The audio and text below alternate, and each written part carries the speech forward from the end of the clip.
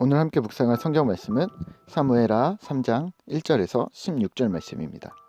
사무엘하 3장 1절에서 16절 말씀입니다.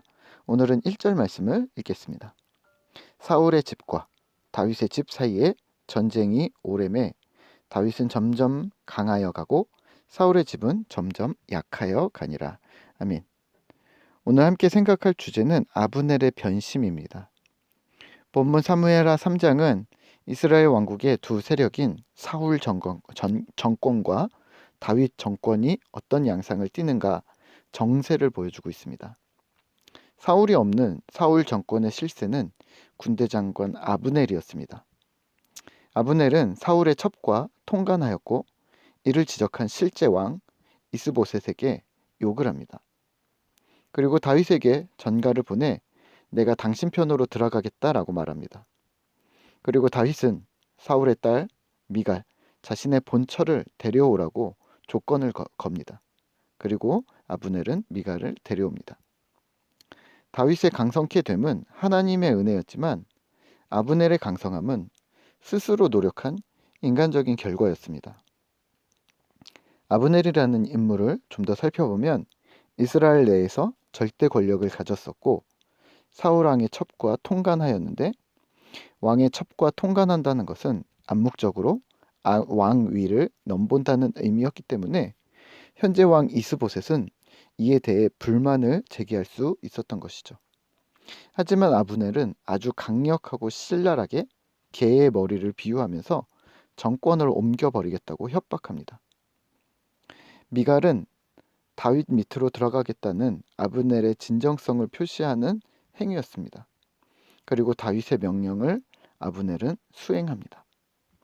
오늘 말씀을 대하며 우리는 무엇을 생각해야 할까요? 우리는 이 땅을 살아가면서 눈앞의 이득을 따르는 자들과 함께 있음을 기억하셔야 합니다. 모두가 신자라면 모두가 진정 하나님을 왕으로 섬기는 자들로만 세상을 살아간다면 얼마나 좋을까라고 생각하지만 현실에서는 그 일이 불가능합니다.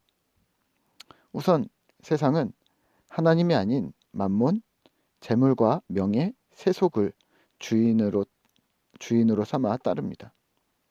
돈이면 무엇이든 해결될 수 있다고 생각하고 시간도, 능력도, 노력도 모두 돈으로 환산합니다.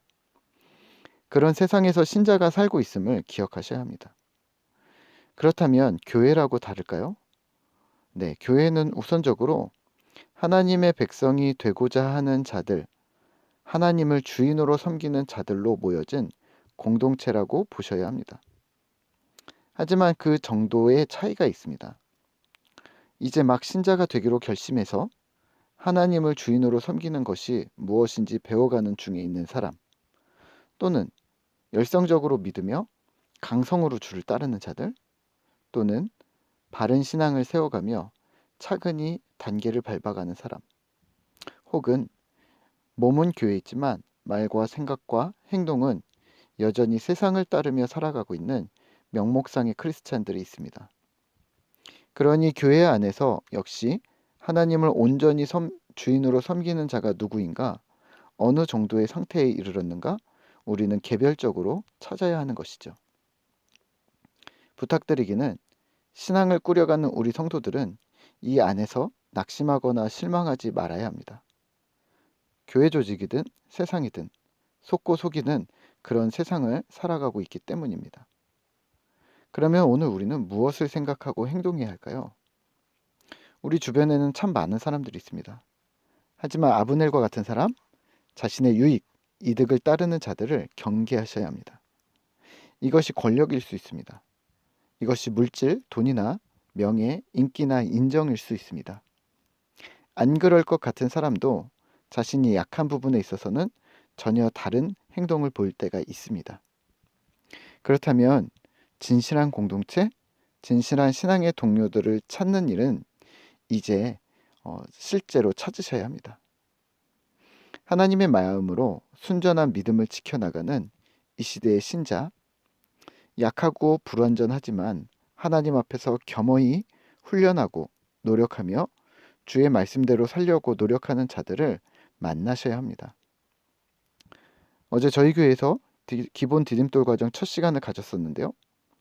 첫 시간이라 간단히 자기소개를 부탁드렸고 신앙의 상태, 수준에 대해서 언급해 달라고 요청했습니다. 어느 정도이신지 알아야 대화를 더 원활히 이끌어 갈 수 있었기 때문에 말씀드렸는데요. 몇몇 분들이 살짝 당황하셨습니다. 왜냐하면 자신의 신앙 상태를 한 적이 없으셨을 수도 있기 때문입니다. 내가 몇 년 신앙생활을 했고, 내가 어떤 교회를 다니고, 내가 언제 예배를 하는가와 같은 수치적으로 환산할 수 있는 것들은 신앙 상태가 아닌 표면적으로 드러나는 종교 활동들입니다. 반면 신앙 상태라 함은 내가 예수님을 믿는가? 그 믿음의 강도는 어떠한가? 믿음의 강약은 삶으로 연결되는 부분일 수밖에 없는데요. 그것을 짧은 시간 고민하셨던 것이죠. 하지만 괜찮습니다. 처음이든 이런 모임이 익숙하시든 상관없이 결국 중요한 것은 말씀을 듣고 나는 어떻게 받아들였고 어떻게 살기로 결심하는가 앞으로가 더 중요하기 때문입니다. 집사님 한 분께서 신앙생활을 하신 지 10년이 되셨지만 교육은 처음 받아본다고 하셨습니다. 기대가 되었습니다. 왜냐하면 이제는 스스로 솔직한 질문을 던지실 수 있는 기회, 하나님께 스스로 설 수 있는 기회가 될 것이기 때문입니다. 오늘 우리는 이렇게 결단하면 어떨까요? 세상이 말하는 것을 따르는 인생을 넘어서서 성경이 말하는 하나님이 말씀하시는 길을 따라 살아가는 인생으로 살기로 말입니다. 성경의 모든 것을 단번에 알아챌 수는 없습니다. 이제부터 시작인 것이죠. 내 삶의 발걸음 하나하나에 하나님께서는 무엇이라고 말씀하실까? 내 삶의 목표, 방향에 대해 하나님께서는 어떻게 여기실까? 솔직한 질문을 던지며 하나님을 만나는 세상과는 다른 길을 걷는 꿈터 성도 되시기를 기도합니다. 함께 기도하겠습니다. 하나님, 세상에서는 세상의 가치관과 세상의 기준을 따라 살아가는 아브넬과 같은 사람들이 많이 있습니다.